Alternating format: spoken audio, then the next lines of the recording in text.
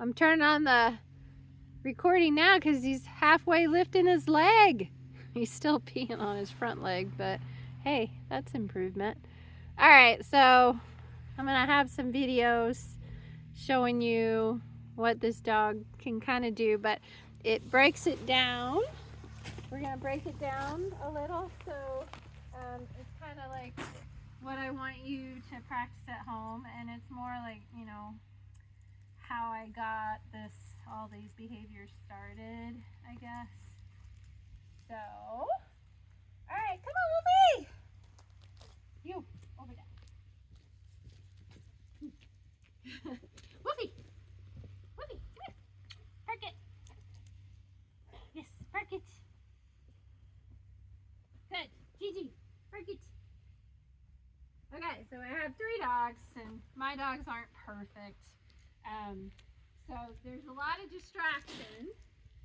And what I want you to do at home is you have to work your distractions, but you have to create a lot of reinforcement history, because behavior is as strong as reinforcement history, okay?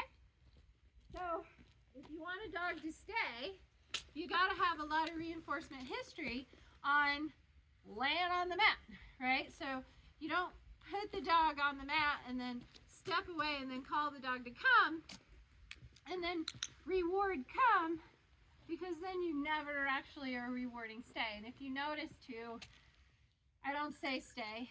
I will put a palm up, but I don't hold it up and I don't act all crazy and do all that kind of stuff. It's just this behavior, which is called park it, means go to that spot, which is the mat, it's your mat, and lay down and stay. So it means all of those things. And when you're building the behavior and increasing criteria, it's distance, duration, distraction, and you always have to start with a duration. And duration is just that. It's doing nothing. It's just time in between marks and treats. So anytime the dog is got the belly on the mat, and I like the hip rolled over, he's really good at that now. He wasn't at first. It's a markable behavior, because that's what park it means, is go there and lay down and stay, and that's what he's doing. So when we're building criteria, we start with duration. It's just time in between marks and treats. So that's what we do in the beginning. And I want you to do this when you go home, like you're cooking in the kitchen, you throw out the mat just outside the kitchen, and you build up a reinforcement history of just laying outside the kitchen while you're cooking. There's distraction going on. You got food, you're banging pots and pans and doing dishes and getting stuff out of the refrigerator and walking around. Those are all distractions. What I want you to do is just mark, which is the clicker, and then treat.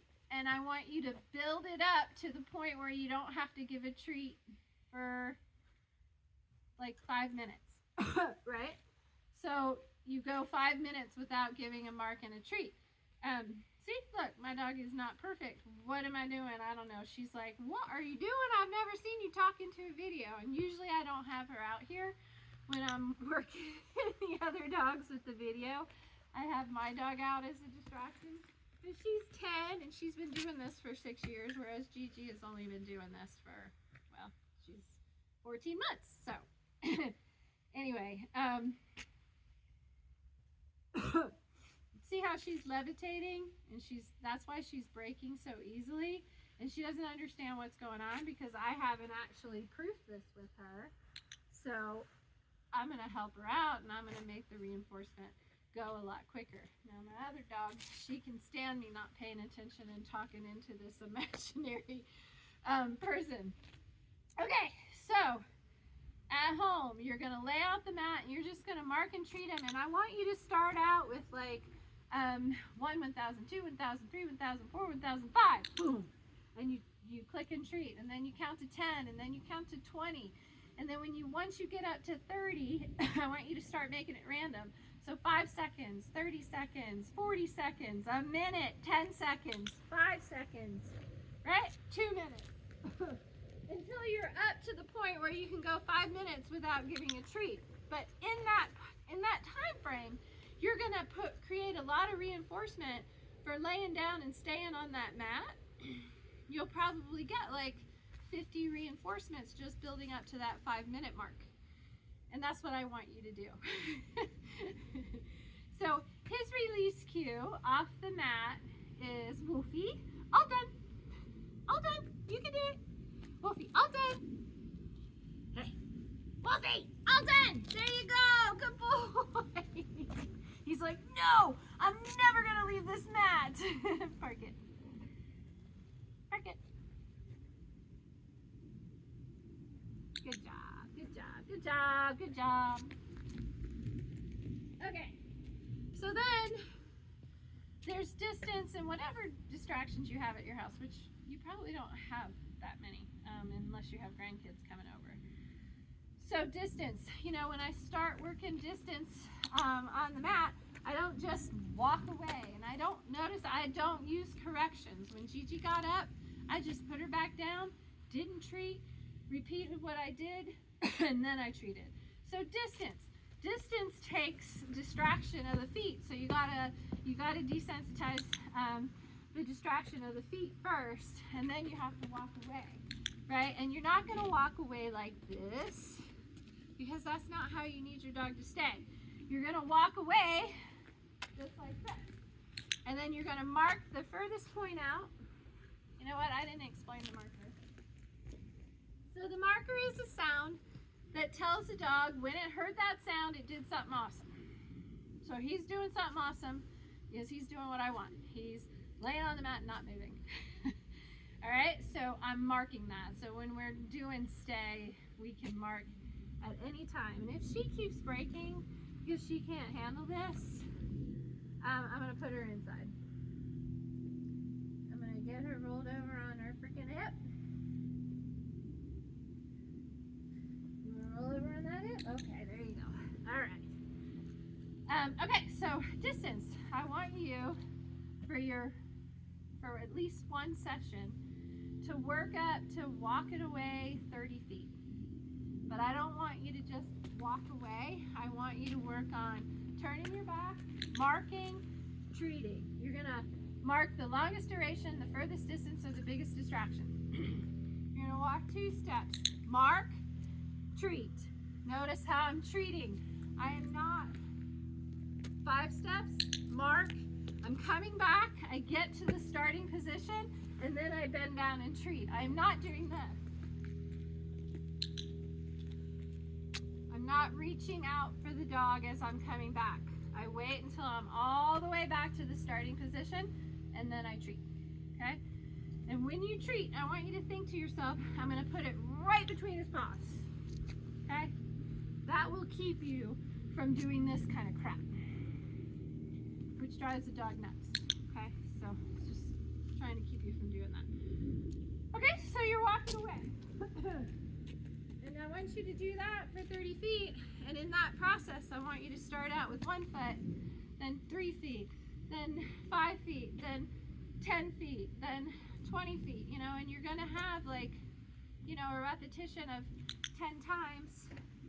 And now you're creating a reinforcement history, you know, for the mat, which is really what I want you to do. And then you're gonna have your own distractions at home that I might not have here. I don't have a lot of distractions here, you know, so I don't know what your distractions are. Your kids coming in, knocking on the doors, whatever, going to the car and, you know, taking out groceries or something like, I don't know, but you're gonna have to break it down and build it up to the real thing, and he can absolutely do it. He knows how to stay, you know. Walking around a dog is really hard, and that actually took me 2 sessions to be able to walk all the way around without him getting all upset about it, because dogs don't like it when you go behind them. Okay, so that's the mat. Park it is go there, lay down and stay. He still needs you to be in the vicinity of the mat. You can't just, Wolfie, all done. Good job. You can't just like send him to the mat from here. Wolfie, park it. He still gets a little confused, so you kind of have to be at the mat, Wolfie, and point to the mat. Park it. There you go, buddy. I know. Gigi took your mat and you didn't know what to do. That loser. Make you look stupid. Anyway, if you want to be able to send him to the mat from a huge distance, then you have to break it down and work that. And I haven't done it because I've been working more on the distractions of stay. So one of the distractions I use is like, oh my God, you're such a cute dog! Like human excitement is really difficult for a dog. So I've been working on that because when you're out in public with him, people go crazy because he's a really gorgeous dog. So he gets that a lot. Oh, can I pet your dog? Yeah, no. Actually, you can let people pet him. He likes it. What is your deal, baby? What's your deal? Why are you having a hard time with this? Do we need to go over there? That's where we usually practice. Okay, so reinforcement history. Then you also have to practice in different places. You cannot just practice this in your living room and expect him to be able to do it in your daughter's house or expect him to be able to do it at the park down the street. If you want him to be able to do it down the park down the street, then you've got to practice the basics a little bit and you've got to create some sort of reinforcement history. Only after you practice about 30 different places does he start to generalize, oh, this behavior, I got it, I do it everywhere. Now, he's actually pretty good, and this goes, and that's why you do a board and trains, because this is going to go really fast, because he has practiced this in 30 different places, but not with you. So you have to create a little bit of reinforcement history with you. So don't think that you're starting over from scratch. You're just creating a history. That's all. You're filling up his bank account so that if you don't have a treat to give him in a stressful situation, he can survive it and he can still do the behavior. Okay.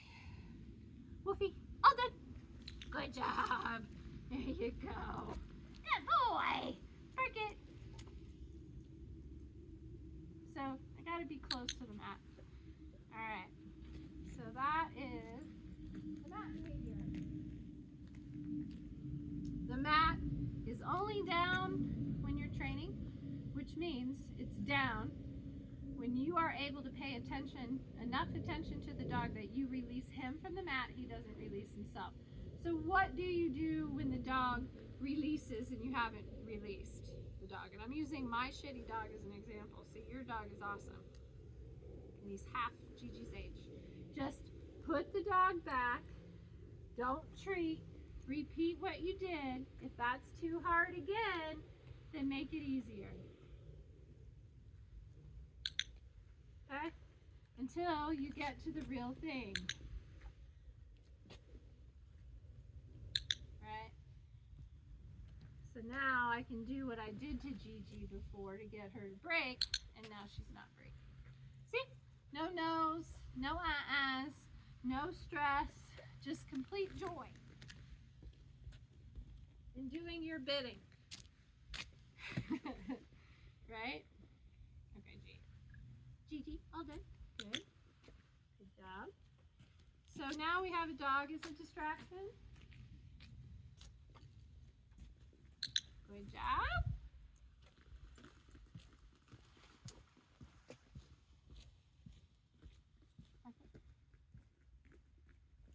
Right? And he still stayed. Right? So he's been working around dogs a lot. But not kids. I can't remember if you got young grandkids or not. I don't remember. But dog distractions he's pretty good on. Okay, recall. So there's a food bowl over there. And we have Gilly. Gilly's just been waiting for me to release her. We have Gilly, and he's gonna have to come and bypass the bowl of food. Oh, let's just do leave it while we're here. So leave it. He should look at me. Good job. but not go for the food. And you can treat from that place or from your hand. Leave it. They look at the food, they look at me, they get a click in the treat, girl. And then they can get it when I tell them to take it. Take it! Wolfie, all done. Take it. Good job! Alright, park it. Park it, G.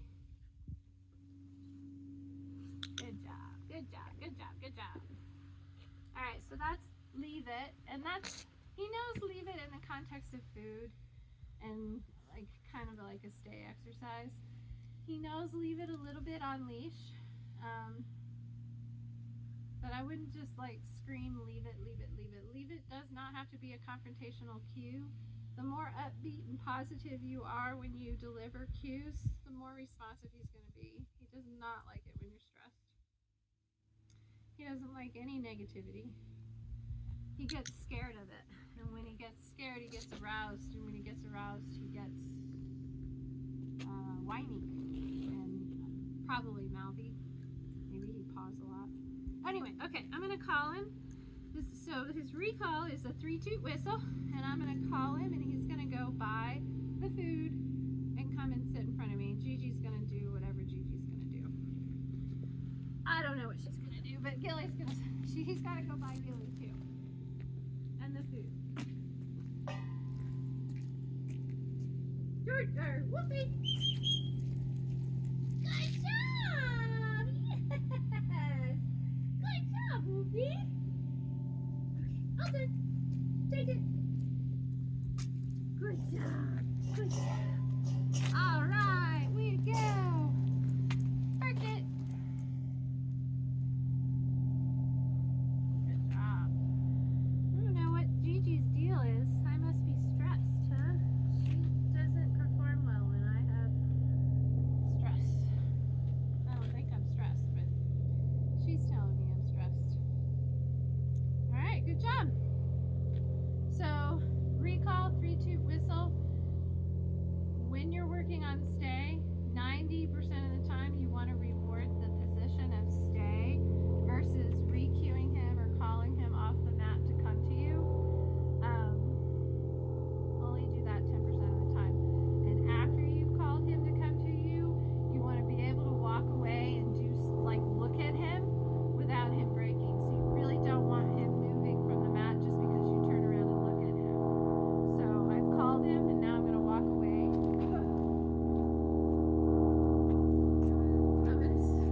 I'm going to stop and look at him. He got up because Gigi made it too hard for him. And we're going to repeat what I just did. No punishment.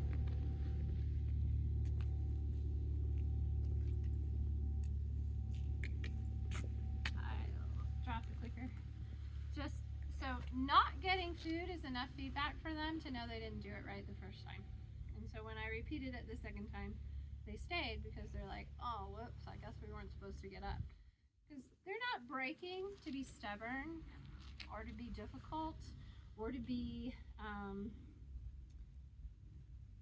defiant. They don't have that kind of cognitive ability. If they're breaking, it's because the situation, they don't understand what you're asking of them. So you need to make it clearer. You have to do something different if the dog is having difficulty. The dog does not have to adjust to your style of training. You're the one with the big brain, so you're the one that has to change what you're doing so your dog understands, not the other way around. All right. Okay. All done. I'm going to put my dogs inside, and then we're going to do a heel video.